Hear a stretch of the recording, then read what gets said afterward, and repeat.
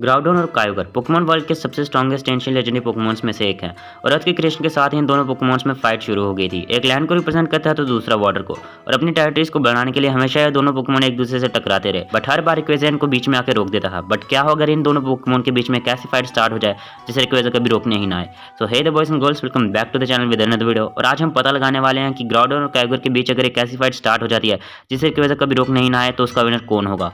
और अगर तुम्हें ये वीडियो पसंद आती है तो वीडियो को लाइक करना, चैनल पे नहीं तो सब्सक्राइब करना। तो now without any further ado, let's get started. We are pain, that's all. We are God.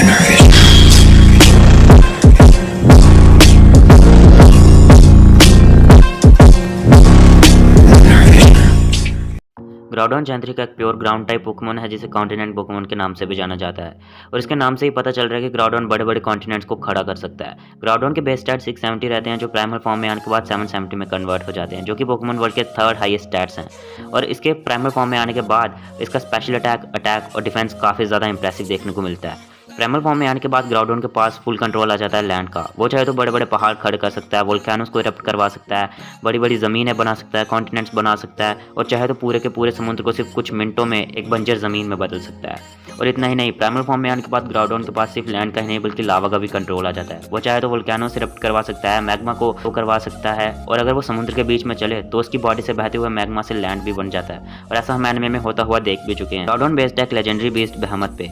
Legends के अकॉर्डिंग बेहेमथ एक ऐसा बीस्ट था जो लैंड को रिप्रेजेंट करता था, और टाइम के एंड पे लिवाइथन जो कि उसका राइवल है उसके साथ फाइट करेगा, और ये एक ऐसी फाइट रहेगी जिसमें ये दोनों के मर जाएंगे, एकदम कायोगर की तरह। ग्राउडोन की पोकेडेक्स एंट्रीज के अकॉर्डिंग ग्राउडोन लैंड की पर्सोनिफिकेशन है जिसकी कायोगर के साथ बार बार टक्कर होती रहती है नेचर की पावर को हासिल करने के लिए। प्राइमल रिवर्जन के थ्रू ग्राउडोन अपनी पूरी ट्रू फॉर्म में आ सकता है, जिसमें आने के बाद वो मैग्मा को फुल्ली कंट्रोल कर सकता है और वोल्केनोस तक को इरप्ट करवा सकता है। वो चाहे तो बड़ी आसानी से लैंड मास को भी एक्सपैंड कर और पूरी की पूरी अर्थ को एक ऐसा बॉल बना सकता है जिसपे सिर्फ लैंड और फायर। अब हम बात कर लेते हैं कायोगर के बारे में। कायोगर भी ग्राउडोन की तरह वेदर ट्री का एक मेंबर है जिसे जेन 3 में इंट्रोड्यूस किया गया था, और एक प्योर वाटर टाइप पोकेमॉन है जिसे हम सी बेसिन पोकेमॉन के नाम से भी जानते हैं। ग्राउडोन की तरह ही कायोगर के बेस स्टैट्स भी 670 रहते हैं, जो कि प्राइमल फॉर्म में आने के बाद 770 बन जाते हैं, जिसमें हमें अटैक, स्पेशल अटैक और स्पेशल डिफेंस काफी ज्यादा इंप्रेसिव देखने को मिलता है। कायोगर के बेस स्टैट्स ग्राउडोन के बेस स्टैट्स का एकदम ऑपोजिट है। प्राइमल फॉर्म में आने के बाद कायोगर के पास वाटर का फुल कंट्रोल आ जाता है। वो चाहे तो बड़ी बड़ी सुनामीज को ला सकता है, इतने बड़े रेन क्लाउड्स बना सकता है जो पूरे के पूरे स्काई को कवर कर ले, इतनी बारिश करवा सकता है जो पूरी की पूरी अर्थ को सुनामीज और फ्लड से ही भर दे, और चाहे सूखे और बंजर रेगिस्तान को ओशन में बदल सकता है सिर्फ कुछ ही मिनटों में।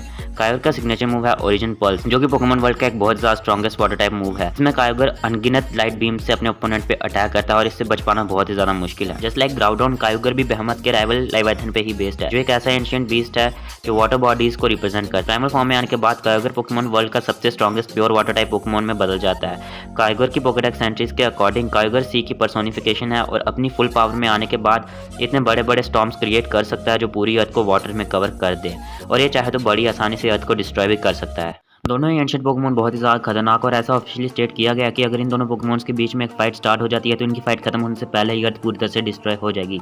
इसलिए हर बार रिक्वेजा को इनके बीच में आके इनकी फाइट को रोकना पड़ता है। बट क्या हो अगर रिक्वेजा इनकी फाइट में कभी आए ही ना। प्राइमल कायोगर और प्राइमल ग्राउडोन एंशिएंट लेजेंडरी पोकेमॉन्स हैं जो बहुत ही ज़्यादा पावरफुल हैं, और ये पूरी तरह से लैंड और वाटर को कंट्रोल कर सकते हैं। इनकी वजह से ये अर्थ पे लैंड और वाटर आए थे, और सिंपली तुम कह सकते हो अपने टेरिटरीज को फैलाने के लिए कुछ भी कर सकते हैं। इस फाइट के विनर को जानने के लिए हमें सबसे पहले जानना पड़ेगा इनकी एबिलिटीज के बारे में। प्राइमल कायोगर की एबिलिटी रहती है प्राइमोर्डियल सी, जो कि एक ऐसी एबिलिटी जिसकी वजह से कायोगर सभी फायर टाइप अटैक से होने वाले डैमेज को नेग्लेक्ट कर सकता है, और वेदर से होने वाले डैमेज को भी नेग्लेक्ट कर सकता है, और वो वाटर टाइप अटैक्स को भी बूस्ट कर सकता है। वहीं पे प्राइमल ग्राउडोन की एबिलिटी रहती है डिसोलेशन लैंड। डिसोलेशन लैंड एक ऐसी एबिलिटी है जिसके बारे में मैं आपको क्या ही बता सकता हूँ। ये बहुत ही ज्यादा खतरनाक है, जो कि प्राइमल ग्राउडोन को पूरी तरह से इम्यून कर देती है, और यहाँ पे तुम कह सकते हो वो एक ऐसा पोकेमॉन बन जाता है जिसकी कोई भी वीकनेस नहीं रहती। प्राइमल ग्राउडोन को हराना बहुत ज्यादा मुश्किल हो जाता है डिसोलेशन लैंड की वजह से। प्राइमल फॉर्म में आने के बाद ग्राउडोन एक फायर और ग्राउंड टाइप पोकेमॉन बन जाता है जो कि वाटर से 4 टाइम्स वीक रहता है, बट इसकी एबिलिटी रहती है डिसोलेशन लैंड। डिसोलेशन लैंड एक ऐसी एबिलिटी है जिसकी मदद से वो वेदर से होने वाले सारे डैमेज को नेग्लेक्ट कर सकता है, और सभी अपने आप पे वाटर टाइप अटैक्स को होने वाले डैमेज से भी नेग्लेक्ट कर सकता है, यानी कि वो अपनी सबसे बड़ी वीकनेस वाटर टाइप से पूरी तरह से इम्यून हो जाता है। और इस एक एबिलिटी के साथ ग्राउडोन एक ऐसा पोकेमॉन बन जाता है जिसे हराना बहुत ज़्यादा मुश्किल हो जाता है, not even just in anime but in games also. एक ऐसा मॉन्स्टर है जिसे हराना बहुत ज़्यादा मुश्किल है और एक बहुत ज़्यादा टफ कंटेंडर रहेगा बहुत सारे लेजेंडरी पोकेमॉन्स के लिए। ग्राउडोन का सिग्नेचर मूव रहता है प्रिस्पाइस ब्लेड। ये एक ऐसा ग्राउंड टाइप मूव है जिसमें ग्राउडॉन 6 से 7 बड़े-बड़े ब्लेड से अटैक करता है और अगर सभी के सभी ब्लेड किसी पोकेमॉन को लग जाए तो शायद उसका बचना मुश्किल ही नामुमकिन होगा। प्राइमल कायोगर का सिग्नेचर मूव एक वाटर टाइप मूव है जिसका नाम है ओरिजिन पल्स। ओरिजिन पल्स एक ऐसा मूव है जिसमें कायोगर बहुत सारे लाइट्स की बीम को अपने ओपोनेंट पे शूट करता है, बट एक वाटर टाइप मूव होने के कारण ये अब ग्राउडॉन पे बिल्कुल भी डैमेज नहीं कर सकता। डिसोलेशन एंड एबिलिटी की वजह से ओरिजिनल पल्स का ग्राउडॉन पे बिल्कुल भी असर नहीं होने वाला है और यहाँ पे प्राइमल कायोगर अपना सबसे बड़ा हथियार खो देता है, यानी कि उसकी वाटर टाइपिंग का एडवांटेज। अब उसकी वाटर टाइपिंग यहाँ पे कोई भी मायने नहीं रखता और इसका मूवसेट इतना भी ज्यादा वर्सेटाइल नहीं है प्राइमल ग्राउडॉन जैसे स्ट्रॉन्ग पोकेमॉन को हरा सके।